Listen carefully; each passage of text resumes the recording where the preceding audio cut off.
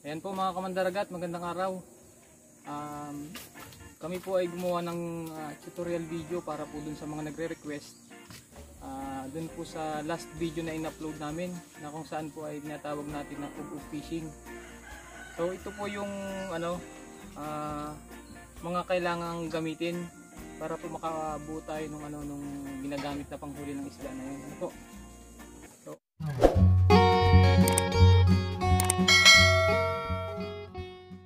Una po, kailangan natin ng scissor or gunting. Ang sunod naman po natin ay biwas o yung kawil. Ano po? Ang size po ng kawil ay 570. Ayan, ang ginagamit po namin ay Mustad, yung brand. Ito po yung namin dito, kadalasan na ginagamit. At sunod naman po ay sunod naman po natin gagamitin ay nylon na 8 ang sukat o 8 yung size. Ano po? Ayan. Ang ginagamit po namin brand dito ay Shark Nylon Monolite. Ano po? Dalawang klase po ang nylon natin gagamitin. Isang 8 ang sukat at ang isa po ay 6. Ayan po, yung ganito kalaki. At ang sumunod naman po ay crystalline na green. Ito po yung nagsisilbing pain. At crystalline po na silver. Ayan po. Tapos kailangan din po natin ng yung pamato. Ang kailangan po natin na pamato ay dalawa. Kasi po tigkabilang dulo po ng nylon ay meron siyang nakakabit dapat na ganito. Ayan po mga kamandaragat, may kasamahan po tayo ditong kaibigan na siya po yung gagawa nung ginagamit natin na panghuli ng isda o yung ginagamit natin sa pag-uugog. Siya po si kaibigan natin na Joseph Capisinda. Siya po yung natin ngayon. Model artist ba. So diyan po sa mga mga manonood po natin na hindi pa nakakapag-subscribe, kapag nagustuhan niyo po yung mga video namin, subscribe niyo na po. At marami po kayong matututunan dito na panghanap buhay po sa dagat. Na po, hindi lang po ito yung gagawin namin, marami pa po akong gagawin para sa inyo, para po ma-share ko sa inyo yung mga panghanap buhay na subok na. Ano po? Bukod po sa tutorial ng paggagawa ng mga panghanap buhay sa dagat, actual din po namin ipapakita sa inyo kung paano po gamitin yung ginagawa namin na mga tutorial. Ano po? So bago po natin ipagpatuloy yung yung paggagawa ng ating pangisda, shout out muna po tayo. Ayan po. Shout out po kay Marvin Alvarez ng Libucan Island, Catbalogan City. Western Samar. Shout out din po kay Naisa Joy Montiel, ng Romblon. Shout out din po kay Arvin Laririt na nasa Abu Dhabi. Salamat sa iyong panonood, kaibigan. Ingat ka diyan. Shout out din po kay Rosalio Concepcion na nasa LA. Salamat sa iyo, kababayan. Salamat sa iyong laging panonood. At shout out po sa mga taga Tatlong Parang na laging nanonood ng video natin. Shout out din po kay Jerry David. At shout out din po kay Romeo Piñapiel na nasa USA. Maraming salamat sa iyo, kaibigan. At shout out din po kay GR Badelio na nasa Saudi Arabia. OFW po siya. Salamat sa iyo, kababayan. At shout out din po kay Leyen Mine Panyares at sa family Panyares from Hilongos, Leyte. Shout out din po kay Norman Velasco ng Albay. Ayan po mga kamandaragat, ay pagpapatuloy na po natin yung ating tutorial para po dun sa sa ginagamit na pang ug-ug fishing natin. Ano po? So imbitahan na po natin yung ating kaibigan dito. Ito na sir.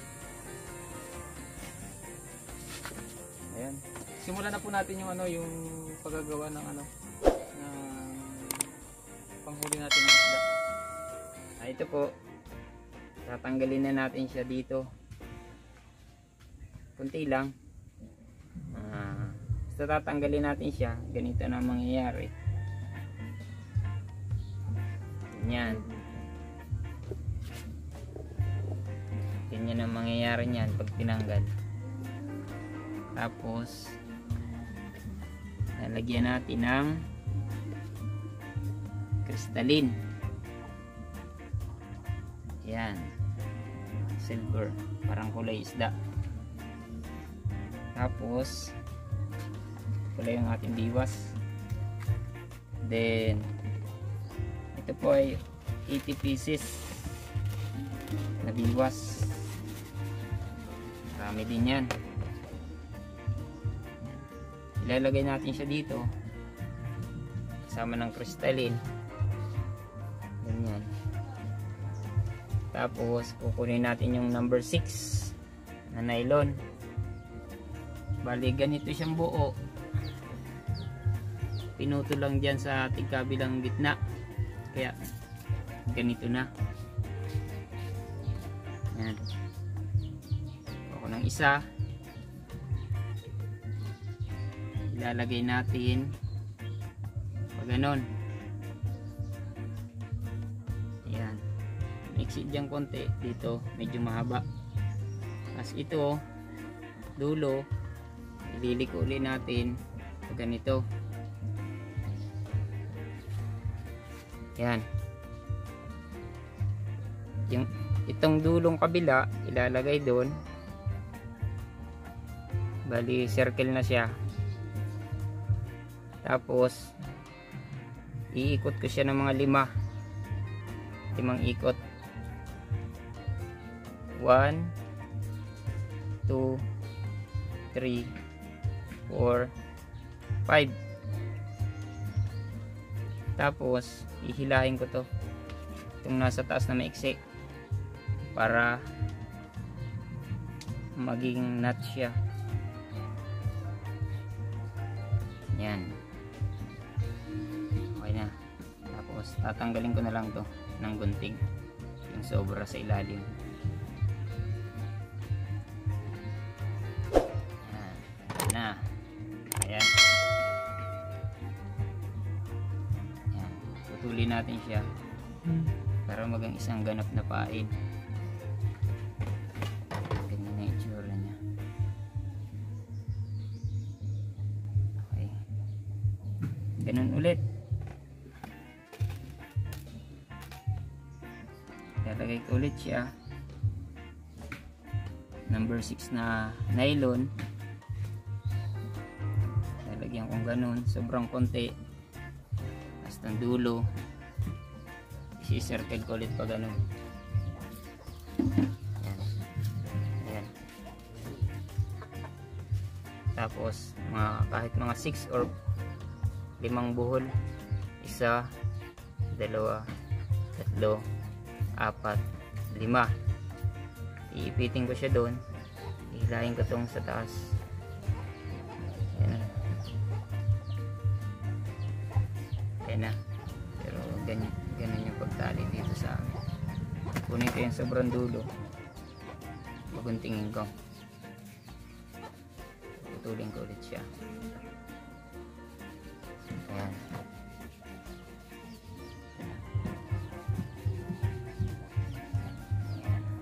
Ulit-ulit, ganun lang, paulit-ulit hanggang sa maubos tong 80 piraso na to. Ayan. Kuha ulit ako, mixi, ito mahaba sa ilalim, gaganong ko so, ganyan, dapat ganun. Tapos iikot ko siya 1, 2, 3, 4, 5. ipiting ko sa ilalim, hilahin ko itong ibabaw, patali na ulit, kukunin ko yung sobra sa ilalim, tatanggalin ko, putulin ko ulit, may konting sobra.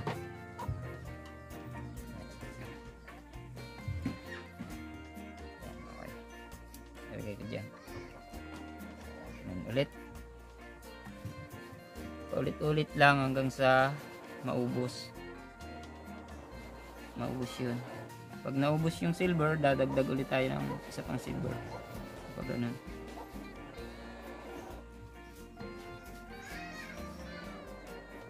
ulit ako, maiksi, mahaba,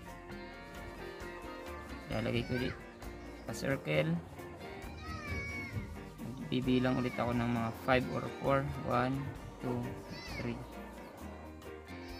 4. Dahin ko ulit sa ilalim. Ayan. Yan na sobra. Tanggalin natin.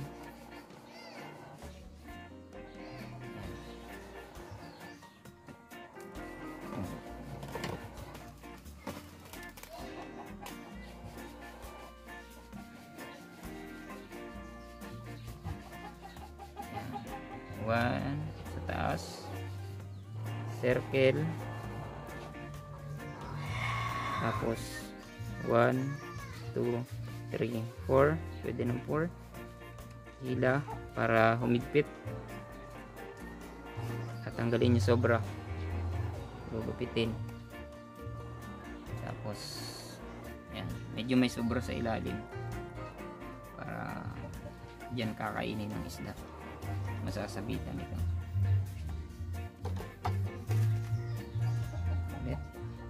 Ulit. Ito na po, tatanggalin ko na yung bahayan kung tawagin. Ito, number 8, 035. Ayan. Para hindi magulo, ganito ang ginagawa dito sa amin. Ilalagay sa paa, kukunin yung kabilang dulo na to, kabilang dulo. Ayan, kukunin dalawang dulo nito eh. Tapos ganyan lang. Pag hindi mo binagting, magugulo yan. Ayan, ganyan lang, ikot-ikot lang. Ayan, hanggang sa matanggal lahat. Ikot. Okay. Pagkatapos po nating likawin itong nylon, kuha tayo ng DIY na pulunan dito sa amin, ganito, kawayan, tapos dito natin siya ipupulon. Ayan, pulon natin siya na pagkakabitan ng biwas. Ayan, magulo na nga. Ayan po mga kamandaragat, ang ginagamit po namin dito na na pulunan ay ano lang, yung kung mapapansin ninyo, pinuto lang po namin yan na kapiraso ng kawayan. So, hindi po natin kailangan gumastos ng malaki para lang sa pulunan. Kaputo lang po, kapiraso lang ng kawayan, sapat na. Okay, tapos na po ito. So, gagawin natin, kakabit na natin yung una ay ito muna, pampabigat, para nakatirik siya sa ilalim, diretso pataas, hindi siya madadala ng agos. Kailangan natin ito, kakabit muna natin ito.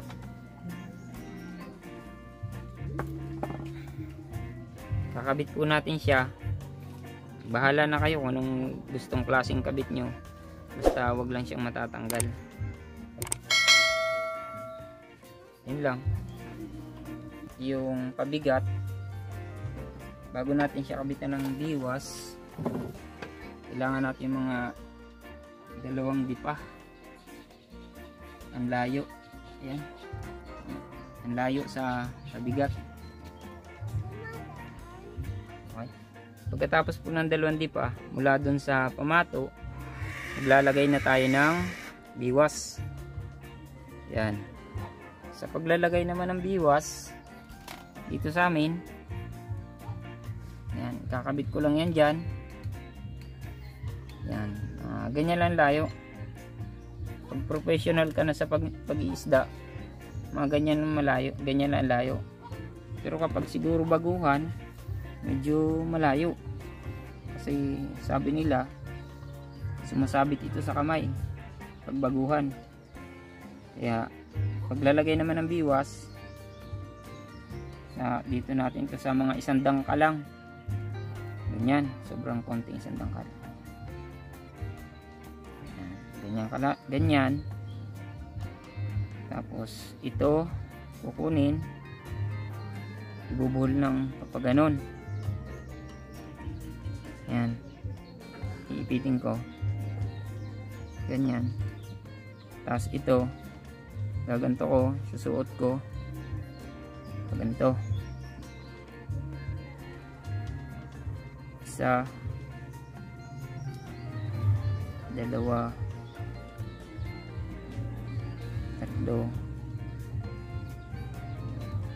4, at siguro 5. Yan. Ganyan ang itsura nya.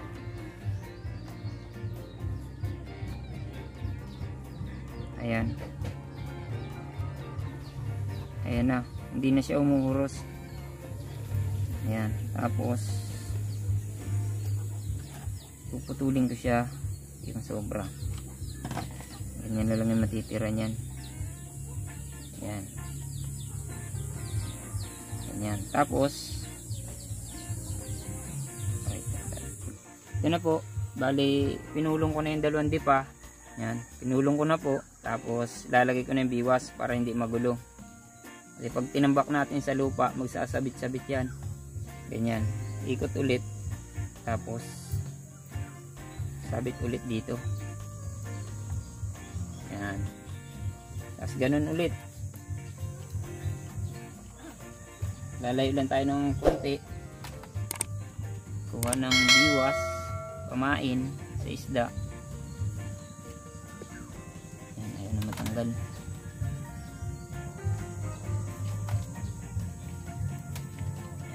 Lagay natin to. Iikot. Tapos ito isusuot dyan mga 4 o 5 sa 2, 3, 4, 4. Okay, pwedeng 5. Yan, tatanggalin natin to. Ganyan na ulit. Ulon, sabit, tapos lagay ulit ng biwas.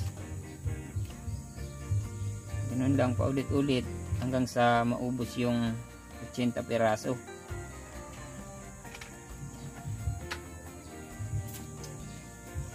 Yan, okay na yan.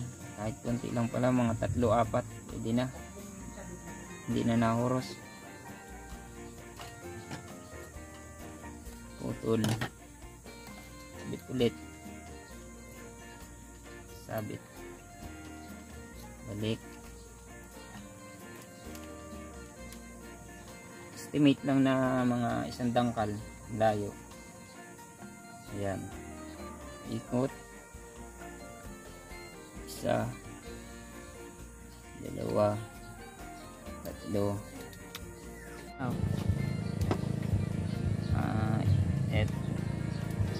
Ayan. Ayan na. Ayan. Suot.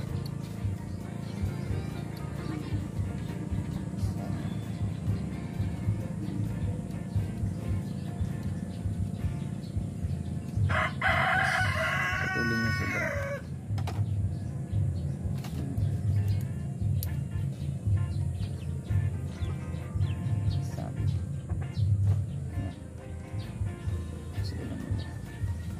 No.